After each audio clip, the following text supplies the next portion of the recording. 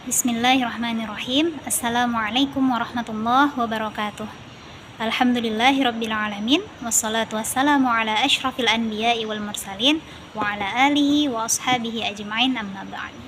Segala puji bagi Allah yang telah memberikan kepada kita bersama berbagai rahmat dan karunia-Nya sehingga sampai saat ini kita masih diberikan kesempatan untuk hidup, dan semoga umur yang Allah berikan kepada kita senantiasa bisa kita pergunakan sesuai dengan apa yang Allah syariatkan kepada kita.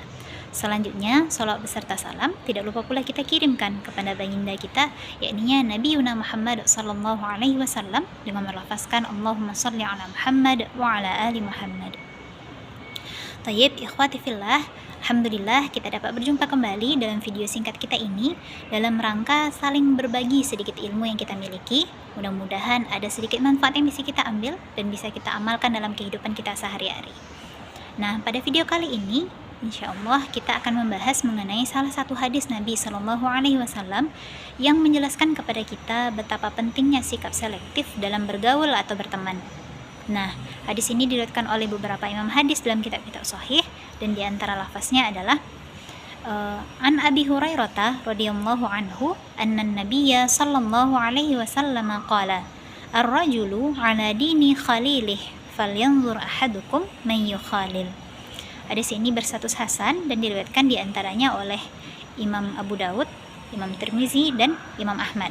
Di mana arti hadis ini adalah Rasulullah Shallallahu Alaihi Wasallam bersabda, agama seseorang itu dapat dilihat dengan siapa ia berteman dekat. Maka hendaklah masing-masing kamu memperhatikan dengan siapa kamu berteman dekat. Maka ada beberapa poin sebenarnya yang bisa kita petik dari hadis ini. Di antaranya adalah yang pertama, Rasulullah Shallallahu Alaihi Wasallam tidak melarang kita untuk atau tidak membatasi kita secara mutlak dengan siapa kita boleh berteman.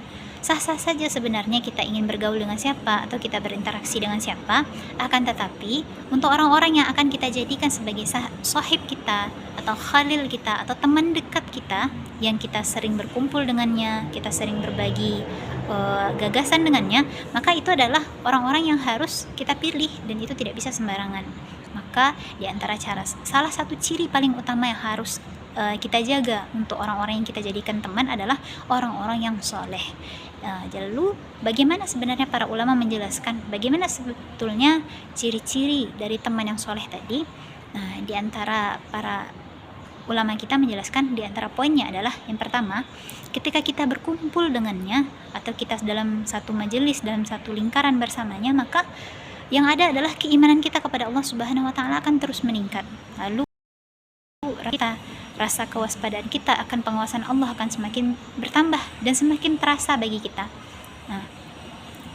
Lalu maka sebaliknya, jika kita berada dalam suatu perkumpulan lalu kemudian kita merasa bahwa dengan berada dalam lingkaran tersebut kita merasa kita lalai terhadap pengawasan Allah, maka jauhilah atau keluarlah dari lingkaran-lingkaran yang demikian, karena hal itu akan berdampak negatif kepada kita sedikit maupun banyaknya. Lalu poin yang kedua adalah teman yang apabila kita berpisah dengannya, kita akan merasa rindu untuk kembali berjumpa dengannya, karena kita merasakan ada banyak manfaat atau hal-hal positif yang bisa kita dapatkan darinya. Bahkan misalnya ketika kita berkumpul dengannya, kita akan merasa takut kepada Allah. Lalu ketika kita berpisah dengannya pun, kita tetap akan merasa takut kepada Allah. Kenapa? Karena hal-hal positif yang kita dapatkan ketika kita berkumpul dengannya itu tidak semata-mata hanya kita ada bersamanya atau kita dalam keadaan ramai saja, namun hal itu karena hal baik yang kita dapatkan ketika berjumpa dengan teman kita yang soleh tadi itu benar-benar akan terasa bagi kita dan memang menjadi kepribadian bagi kita.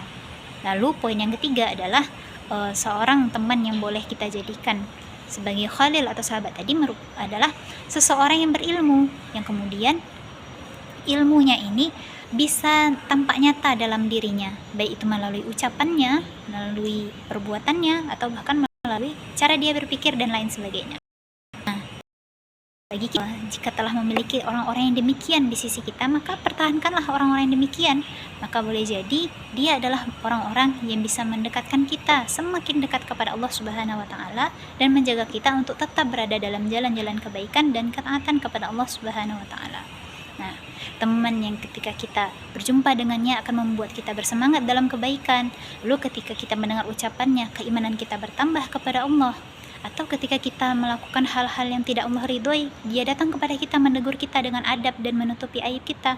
Atau ketika kita melakukan amalan-amalan soleh, dia akan terus memotivasi kita dan menyemangati kita untuk berbuat lebih dan meningkatkan ketakwaan kita kepada Allah Subhanahu wa taala. Maka jagalah teman-teman yang seperti ini, karena mereka jauh lebih berharga dari barang termewah sekalipun. Terutama di zaman-zaman sekarang, di mana orang-orang yang bisa membawa kita pada hal-hal kebaikan itu tidak terlalu banyak lagi jumlahnya. Maka hargailah mereka dan jagalah mereka selalu di sisi kita. Semoga kita dan mereka bisa saling memberikan manfaat dan saling menasehati dalam hal kebaikan dan ketakwaan kepada Allah Subhanahu wa taala. Nah, mungkin itu diantara poin dari hadis Rasulullah SAW tadi mengenai sikap selektif dalam berteman. Maka bertemanlah dengan siapapun, namun pilihlah orang-orang yang bisa mendekatkan kita selalu kepada Allah Subhanahu wa taala. Mungkin inilah yang bisa Ana sampaikan dalam video singkat kita kali ini. Terlebih dan terkurangnya Ana mohon maaf. Billahi taufiq wal hidayah. Assalamualaikum warahmatullahi wabarakatuh.